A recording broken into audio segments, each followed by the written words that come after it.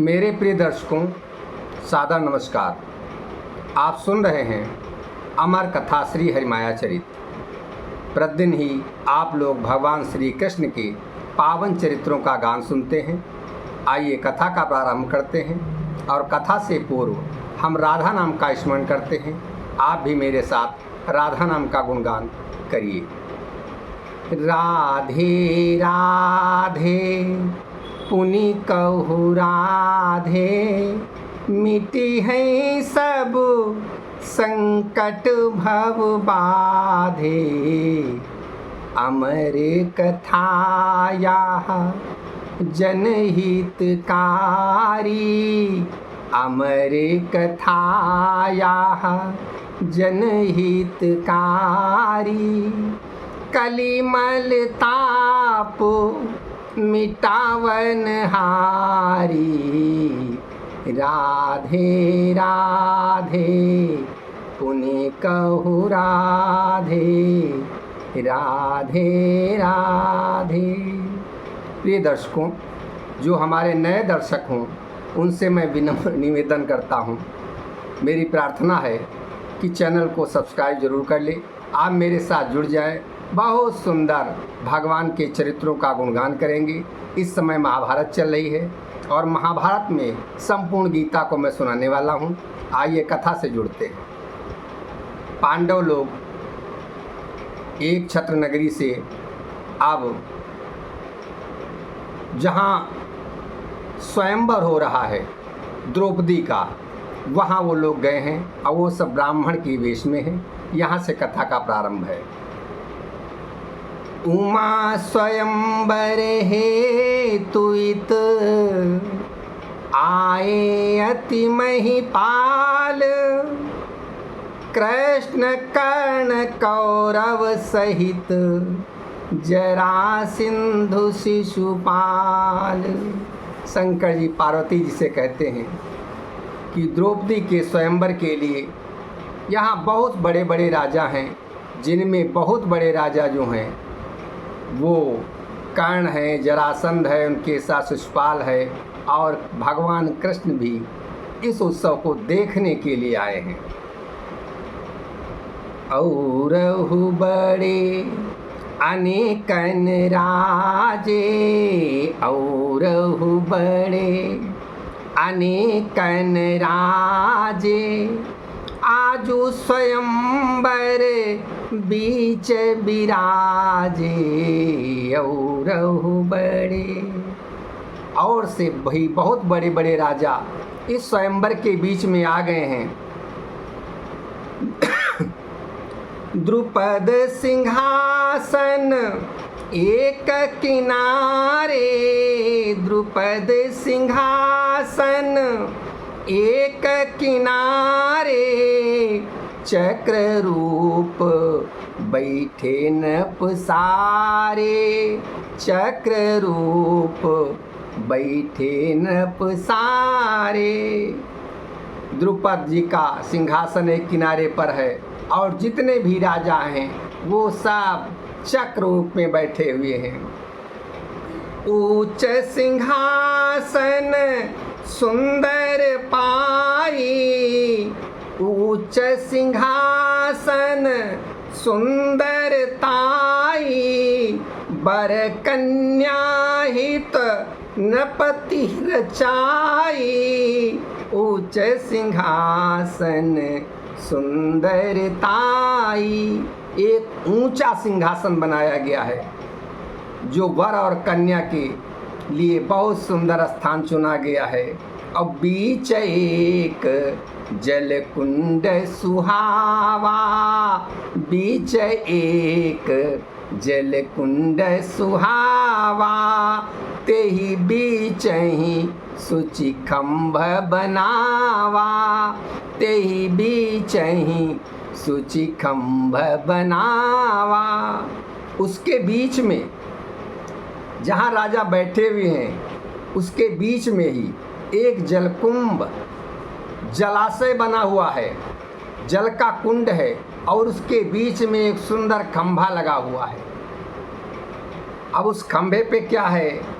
तापर चरखी सुंदर न्यारी तापर चरखी, सुंदर न्यारी औते ही संग मीन बंधी उजियारी, ते ही संग मीन बंधी उजियारी।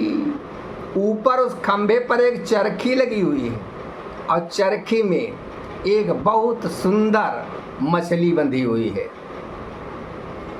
और धनुष विशाल एक सूची सोहा, धनुष विशाल एक सूची सोहा, एक बाण करई मन मोहा, एक बाण करई मन मोहा।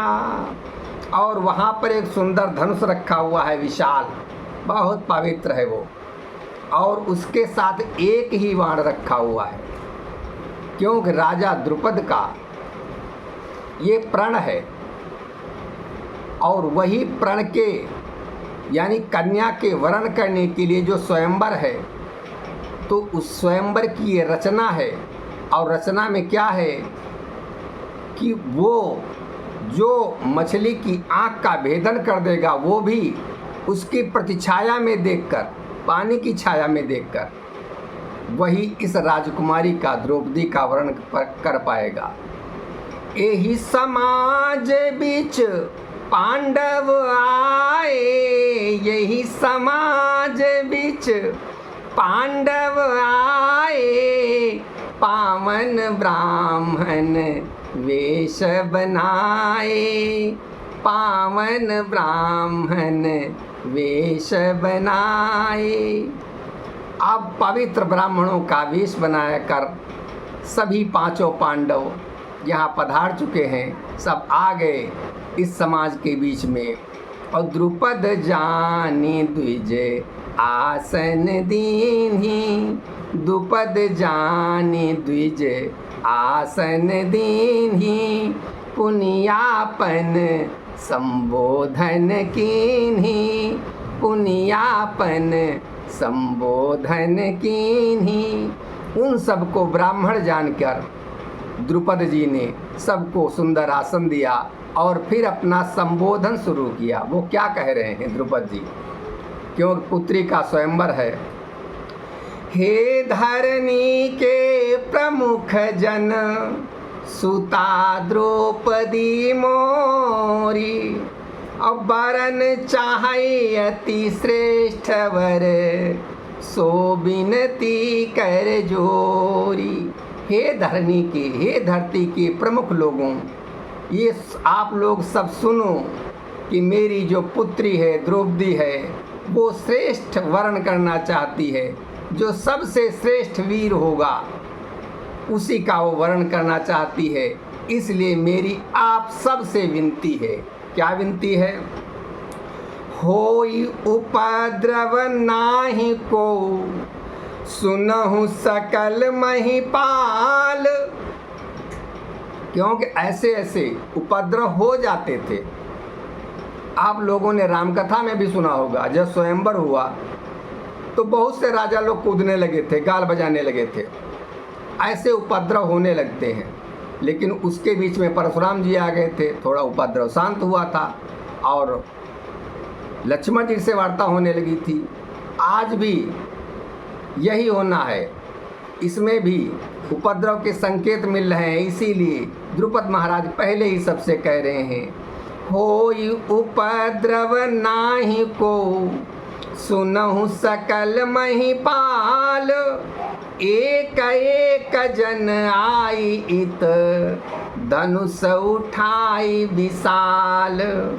लक्ष्य बनावहु मीन द्रग जल बिच छाया पाई। और जीतहु मोरी द्रौपदी यश सम्मान बढ़ाई। जीतहु मोरी द्रौपदी यश सम्मान बढ़ाई। राजा द्रुपद कहने लगे, हे भाइयों, कोई उपद्रव न होने पाए, और सभी राजा लोग एक एक करके इस विशाल धनुष को उठा लें और फिर उस बाण से जो यहाँ पे रखा हुआ है, एक ही बाण है, एक ही अवसर मिलेगा, और जो भी जल की छाया में उसको देखकर और मछली चरखी पे जो नाच रही है उसकी आँख का जो भेदन कर देगा, चलती हुई मछली की आँख का भेदन, वो भी जल में नीचे देखकर, वही मेरी पुत्री द्रौपदी का वर्ण कर पाएगा। ये महाराज द्रुपद कह रहे हैं। और सुनी सबके मन अचरज आवा, सुनी सबके मन अचरज आवा, कठिन स्वयंवर भूप बनावा, सुनी सबके मन अचरज आवा, कठिन स्वयंवर भूप रचावा, ता कहीं सबहीं परस्पर देखी, ता कहीं सबहीं परस्पर देखी, जरासंध तन प्रभु ही बिलो की। ये सुनकर सबके मन में अचरज आ गया, आश्चर्य भर गया कि अरे इतना कठिन ये राजा द्रुपद ने ये स्वयंवर रचाया है। एक दूसरे को सब ताक कर देखने लगी कि कौन ऐसा है जो ये कर सकता है। अब भगवान श्री कृष्ण वहाँ बैठे हुए हैं और वो जरासंध की ओर देख रहे हैं, कह रहे हैं हाथ दिखाओ अपना बल। कृष्ण जी जरासंध की ओर देख रहे हैं। मानहु काहीं सुअवसर न्यारा, मानहु काहीं सुअवसर न्यारा, निज भुज बल बल निज, अब निज भुज बल करहु प्रचारा, अब निज भुज बल करहु प्रचारा। मानो वो जरासंध से कह रहे हो भगवान श्री कृष्ण कि दिखाओ अपने बाहों का बल, आज है अवसर। और तम तमाई प्रथम ही उठी आयो, तम तमाई प्रथम ही उठी आयो, जरासंध यही धनुष उठायो। उस विशाल धनुष को जरासंध ने उठा लिया, लेकिन उसी अवसर पर यही अवसर ही द्रौपदी आई, यही अवसर ही द्रौपदी आई, रूप राशि गुण बरनी न जाई, रूप राशि गुण बरनी न जाई। इसी अवसर पर द्रौपदी आ गई, हाथ में वरमाला लिए हुए है और आकर अपने सिंहासन पर बैठ गई। उसकी रूप राशि को देखकर इसका वर्णन नहीं किया जा सकता, इतनी परम सुंदरी है द्रौपदी। जरासंध ते ही रूप मिलो की, लक्ष्य भूली धरनी धनुटे की, जरासंध ते ही रूप बिलो की, लक्ष्य भूली धरनी धनुटे की। जरासंध उसके रूप को देखकर ही इतना मुग्ध हो गया कि अपने लक्ष्य को ही भूल गया और उसने अपना जो धनुष उठाया था उसने धरती पर रख दिया। बस अवसर गया हाथ से। कृष्ण हंसे कही सुंदर बानी, कृष्ण हंसे कही सुंदर बानी, द्रुपद सुता मम बहिनी भवानी। कृष्ण जी कहने लगे सुंदरवाणी में, ये द्रुपद की पुत्री जो है ये मेरी बहन है, मेरी बहन है और ये भवानी का रूप है, क्योंकि हे दर्शकों ये अग्नि से प्रकट हुई है। ये द्रौपदी जो है ये अग्नि के द्वारा उत्पन्न हुई है और संपूर्ण महाभारत में दो ही अग्नि से उत्पन्न हुए हैं, या तो द्रौपदी और या तो भगवान का वो रथ जो कुरुक्षेत्र के मैदान में दौड़ रहा था, जिस पर भगवान ने गीता कही थी, वो दो ही अग्नि से उत्पन्न हुए हैं।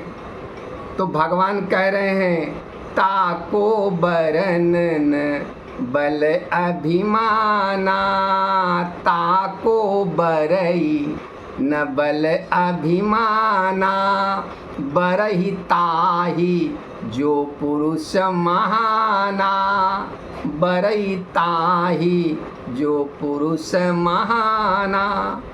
क्योंकि बल का अभिमान इसका वर्ण कर ही नहीं सकता, इसका वर्ण नहीं कर सकता।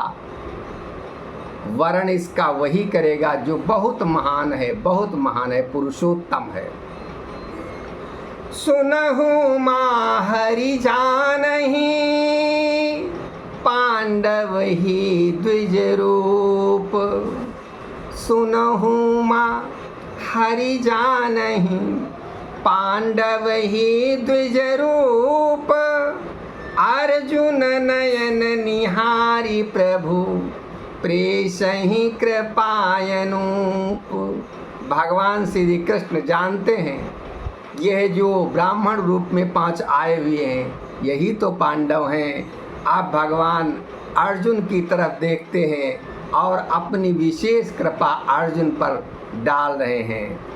अर्जुन आजु निहारी हरि, नयन भरई सुचि प्यार। अस रहस्य अति गोई जेहि, जग बिच नाही प्रचार, जग बिच नाही प्रचार।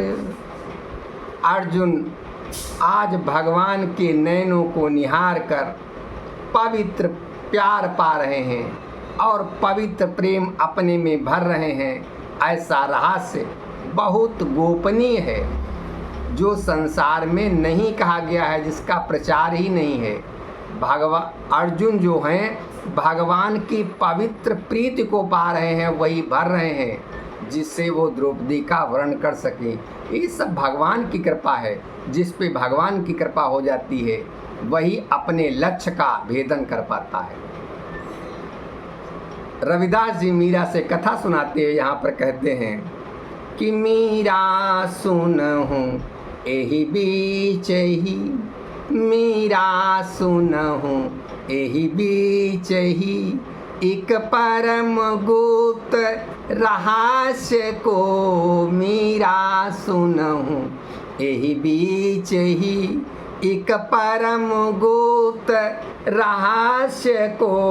नारद बिलो कहीं हरि नयन, नारद बिलो कहीं हरि नयन। उत द्वारिका यही दृश्य को, नारद बिलो कहीं हरि नयन। हमने पूर्व के एपिसोड में आपको सुनाया था कि जो ये चरित्र चल रहा है, चलचित्र जो चल रहा है फिल्म की भांति, ये नारद भगवान की आंखों में देख रहे हैं। क्योंकि नारद जी तो शून्य में चले गए थे, उन्हें ये जो सगुण साकार है इसको वो जान ही नहीं पाए थे। वो भगवान से ये जानना चाहते थे कि आपका निर्गुण निराकार रूप क्या है, उसी में वो खोए हुए थे। तो रविदास जी मीरा से कह रहे हैं, इस परम गुप्त रहस्य को जानूं। नारद जी भगवान की नैनों में ये सब देख रहे हैं कि ये और कहाँ बैठे हैं, द्वारिका में देख रहे हैं भगवान की नैनों में। और ये भगवान का सुंदर चरित्र चल रहा है। अब कहाँ का चल रहा है? स्वयंवर का। यह शुभ चरित हरि के विमल, यह शुभ चरित हरि के विमल। शंकर काहई समुझाई के, अचितलाई सकल सुनहि उमा। चितलाई सकल सुनहि उमा, पावन परम सुखलाई के। यह शुभ चरित हरि के विमल। श्री रविदास जी कहते हैं, मीरा, ये शंकर जी पार्वती जी से सारे प्रसंग कह रहे हैं, हर्षित हो रहे हैं कहते कहते। और पार्वती जी बड़ा प्रेम से भगवान श्री कृष्ण जी के इन परम प्रसंगों को सुन रही हैं। सुखदेव जी ने अस कथा राजा परीक्षित से कही। सुखदेव जी ने अस कथा राजा परीक्षित ते कही। श्री श्याम जी के प्रति चरित गाए सकल सुंदर सही। श्री श्याम जी के प्रति चरित। सुखदेव जी यही कथा राजा परीक्षित से कह रहे हैं। भगवान श्री कृष्ण के ये प्रीति चरित्र जो हैं बड़े सुंदर ढंग से गा रहे हैं।